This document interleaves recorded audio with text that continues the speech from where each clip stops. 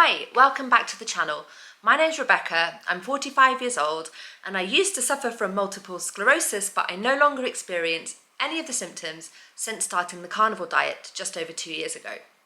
In today's video, I thought I would do an updated version of what I eat in a day as a carnivore because it's always useful information, and my daily diet has actually changed slightly over the course of the past 2 years as I've learnt more about my body and about the diet itself. So I have refined my practice, and at the moment I think I'm really happy with where I'm at with the diet. So I just thought it would be a good moment to share what I'm currently eating in a day. I'm also going to talk about what I drink and also supplements that I take. So everything I consume in a day on the carnivore diet. So let's start with what happens when I wake up. The first thing I consume when I wake up is a cup of tea. That is set in stone, non-negotiable.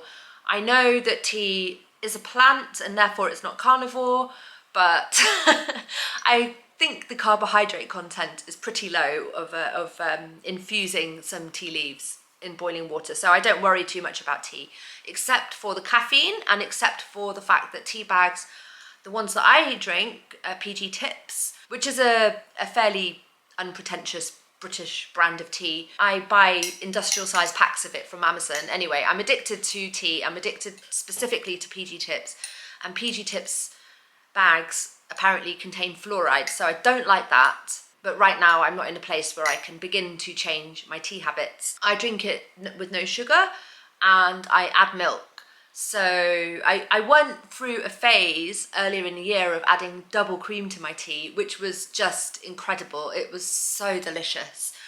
But I started putting on weight, so I have gone back down to milk, full cream milk. So my favourite brand of milk, they've actually stopped producing it temporarily. It's a local farm, a local dairy, and it's really good quality milk, and it's like I say, it's a small company from the local area, and I wish I had a carton of it to show you, but I don't because they've recently stopped producing it, like I say, temporarily. But this is my next best that I found. So this is just another local dairy from Asturias. It says here 100% Asturiana, and if you read the side, it explains that they're a small company and it's all, you know, respecting the environment and the welfare of the animals and the food of the animals. So it's just that the local supermarket sells it, and I get full cream milk, full fat milk, and I drink that with my tea.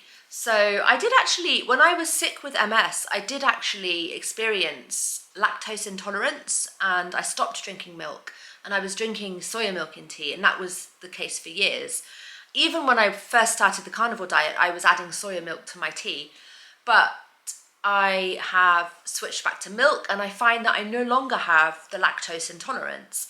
Although at the same time, I think lactose is sugary, if I'm not mistaken. It's some kind of, maybe it's best if I find lactose-free milk. I don't know, but at the moment I'm happy drinking normal full-fat milk from local dairies. And like I say, this isn't the best one, but it's the second best one that I can find. Also in the morning, I add a spoonful of collagen powder to my tea. That's what I've been doing of late, and this is the brand that I've been going for. So it's obviously a Spanish brand, and it's got added magnesium.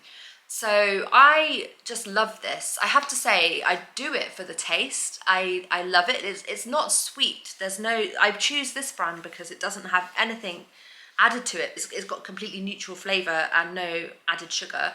So it's literally just hydrolyzed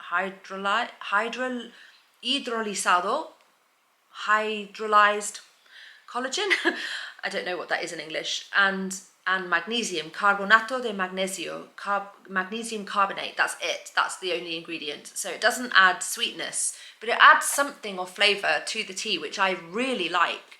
And that's the main reason I add it. I don't know if it's necessary to add collagen while you're a carnivore, because obviously collagen comes from meat, bone marrow. I don't know where collagen comes from, but I add it to my tea anyway because I just really like the flavour, and I think having extra collagen can't do any harm when you're in your mid-40s.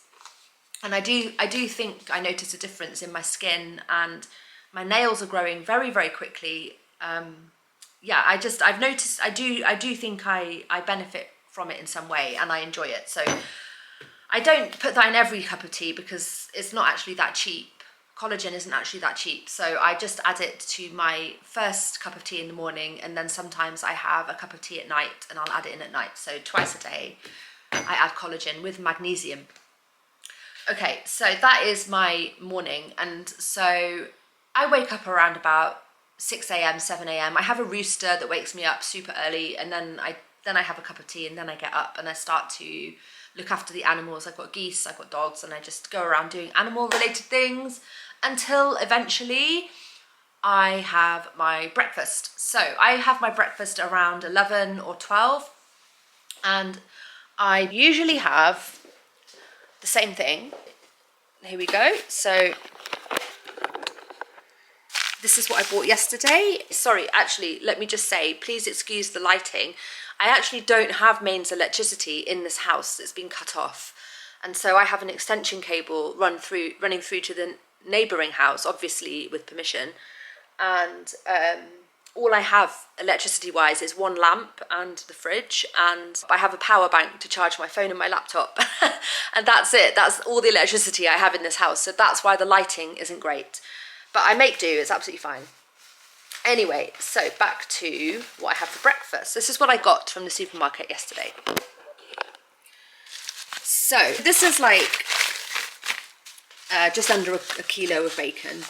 It was just what she had left on the chunk of bacon that she was slicing. So it came in under a kilo. But anyway, this is the bacon that I currently buy. They slice it in front of me. It does have additives. I checked on the ingredients, and it does have some additives. So it's not the best bacon in the world. I think it's better than buying it in plastic packaging. I think, you know, it's got fewer additives than that. But I would like to have completely additive-free bacon. I haven't found it yet in my local town. This is sausages. These are pork sausages with chopped jalapeno peppers. So yes, it includes a little bit of a plant, very minor, but I do really love a spicy sausage. And the type of sausage this is in Spanish is called longaniza. Longaniza, so it's just a type of Spanish sausage. And you can get longaniza blanca or roja. This is blanca, so white or red. This is white. So the red one has got like, it tastes more like chorizo, and I just like the blanca, the longaniza blanca. Anyway, so yeah, similar to the bacon, this does have some additives in it. So this is not me being holier than thou, I'm the best carnivore in the world. No, the bacon and the sausages that I buy do have some additives to them. Not that many though. I try to make sure that they are on the lighter end of the additives. I always check the percentage of meat. Like these sausages are 98% pork and then 2% a few additives. The thing about pork is it's cheap and it's widely available in Spain. So I just do the best that I can. I get the best bacon that I can find that's easy to get hold of, and it's not as bad as some of the alternatives. So that's true of the bacon and the sausages. They're like, I do the best I can to keep the diet as affordable as possible. And I like to have bacon and sausage in the morning. And what I have with the bacon and sausage is egg yolks. So if you've been watching my channel recently, you'll know that I have developed a histamine reaction to eggs. And I have a regular supply of eggs because I keep chickens. So I have actually just given a load away. So this is what remains of my eggs. I'm normally completely overflowing with eggs. So I'm no longer eating egg whites. I have this thing here that separates the yolk out from the eggs. At the moment, I'm adding about 6 egg yolks to the bacon and the sausages. So that will add a bit of nutrition to the breakfast. So that's what I have for breakfast at around 11 or 12. Sorry, these glasses are actually reflecting the light off the windows. They're not the best thing for filming. It's just that I get a bit of a headache when I don't wear glasses because I have a thing called astigmatism, and so I just wanted to keep wearing them while I filmed, but actually they're just reflecting the light, so forget it. Yeah, so that's breakfast at 11 or 12, bacon and sausages and egg yolks. Oh, and I forgot to mention, so with my breakfast, also non-negotiable is coffee. I normally have 1 or 2 coffees a day, and I have a strong espresso. I make it in this. I specifically have a stainless steel one because I've heard that aluminium ones are actually bad for you. These are the coffee beans that I'm drinking. So I get these from Lidl. For the American viewers, Lidl is a cheap German supermarket. Like really very cheap, and fairly good quality actually considering the price. And I get these large bags of coffee beans. So that's espresso cremoso, but I've also found this one, which is a new one, espresso intenso. So I'm looking forward to trying that. So that's my coffee beans, and I drink coffee black with no sugar. So, but similarly to the tea, I do worry that there's additives to the beans. So it's a plant, obviously. But the thing is about coffee beans is I think they're heavily sprayed with pesticides. So that does concern me a little bit. The fluoride in the tea bags and the pesticides in the coffee beans do concern me, as do the additives in the bacon and the sausages. So I don't think that my carnivore practice is perfect. I think it could be refined. I think I could source my ingredients better, but then I'd be paying more, and that's a concern for me.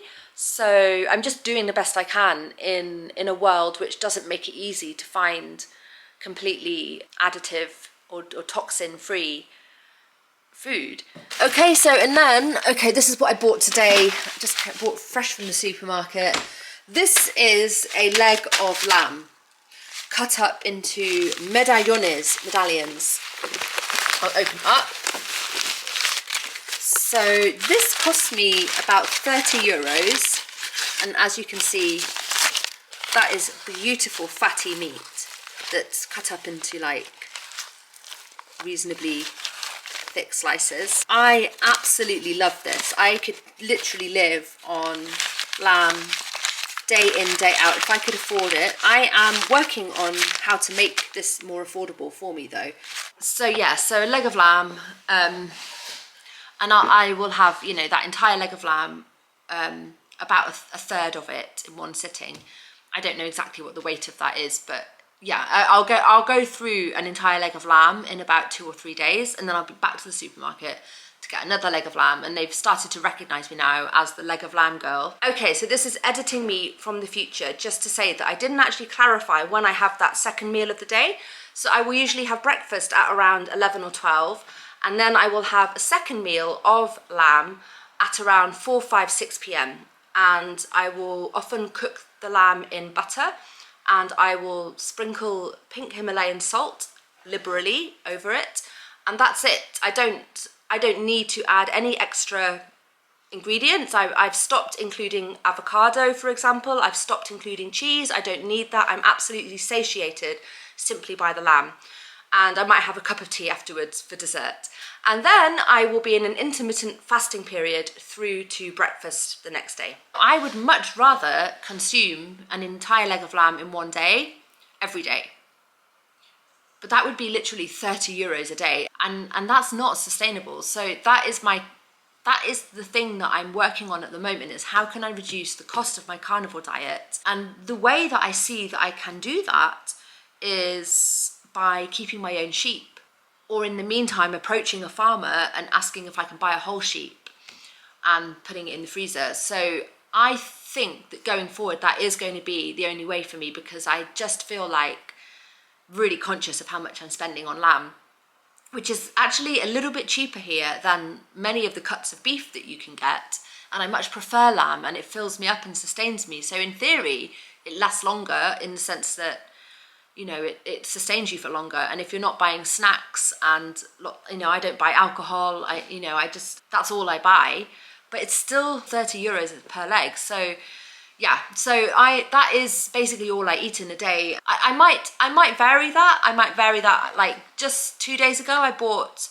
some chicken breasts instead, which is quite unusual for me. I don't love chicken. It's just similar to the bacon and the sausages. It's cheaper, and so sometimes I just want some variation, and I want to not be spending a lot of money. So every now and again, just for variation and just for finances, I will buy pork, or I will buy chicken. Sometimes I buy fish, although I find that fish is the thing that I treat myself to if I ever go out to a restaurant. That's the thing that I tend to go for is fish in a restaurant, because there's really good fish in this area. It's on the coast, but I don't go to restaurants that often either. So fish, you can get like cheap tinned sardines and stuff like that. So that's another way to get nutrients and while cutting costs. But I do also find that the like tins of sardines, they often come in oil of some kind or have additives. So yeah, it's not, what I want to do is keep my own sheep, and that is my long-term plan, and I am working on that. I would love to do a what I eat in a day in a year's time or a couple of years time, because I would really love to be able to show that I am raising my own animals and consuming the animals that I'm raising. At some point also I will be hopefully raising chickens, because I now have a rooster. So I'm just at a point where I'm 2 years in and I know what my body likes. I know how to manage the diet, but one thing I'm not managing at the moment is finances on the diet. So that's the thing I'm actively working on, and where I am trying to actively improve my carnivore practice. Not just improving the finances of it, but also the additives and the processed nature of a lot of the meat that I do buy. So the other thing I drink is sparkling water, and I'll drink any brand. I'm not fussy at all. I love this stuff. I guzzle it all through the day, and I find that breakfast and cups of tea and fizzy water and then lamb in the afternoon is all I need. That's all I need in a day, and it's perfectly varied really, and it's simple as well. It's simple, it's filling, and it's really tasty. Like I say, I'm actively trying to refine my carnivore practice and expand it into not just food that I buy, but a lifestyle that I'm living, which involves homesteading and raising my own, and being mindful about, for example, what I feed the chickens, because I think it's the feed that I'm giving the chickens that has caused me to have an allergic reaction to the egg whites. So refining the practice and expanding the carnivore practice into my everyday life and my lifestyle. I am actually really hoping that Cabana Chronicles will return to a cabin. That is the big thing that I'm trying to change. I'm trying to move back into a cabin on a mountain and have land attached to that cabin so that I can keep sheep. So I was living like that. Life events meant that changed. And now I'm kind of semi back in civilization again, but I don't have land for sheep, and I'm realizing that I miss the mountain lifestyle. So what I eat in a day is reflective of my lifestyle at the moment, and what I want to do is move back into the previous lifestyle that I had started to establish myself in, and by doing that start to reflect that in my daily diet. So stay tuned and we'll see what happens over the next year or two on my channel, and if I can improve my carnivore practice more and share that with you guys. I will aspire to do that. But for now, bacon and sausages in the morning, egg yolks and lamb, and fizzy water and tea and coffee is about it. That's what I consume every day, and by doing that I have overcome my multiple sclerosis, and I don't take any medication whatsoever. At the age of 45 I am on no prescription medicine at all, and I am fully mobile and symptom free and brain lesion free. So it's really working for me, even though it could be improved more than it is, even though I could refine even further what I do eat so that there's fewer additives, and I could give up caffeine. Like, that would be a really big step that I could do for my health. I haven't got to that point yet. I don't know if I ever will, just being honest. But I rarely break the diet these days because the lamb keeps me sustained for that much longer, and it satiates me, and I enjoy it that much more than beef. So that's a big change that I've made over the past year, from beef to lamb. I've talked about it on my channel, and that has really helped me to stick to the diet. So now it's just a case of refining my lifestyle so that I can have the best possible version of the diet. But there you go. That is my daily diet as a carnivore, a 2-year carnivore, fairly seasoned carnivore now. And I would be really interested to hear what you guys consume in a day, or what you think about what I've shared about what I consume in a day. So there you go, that's where I'm at the moment. Take care, and I will see you guys in the next video. Bye.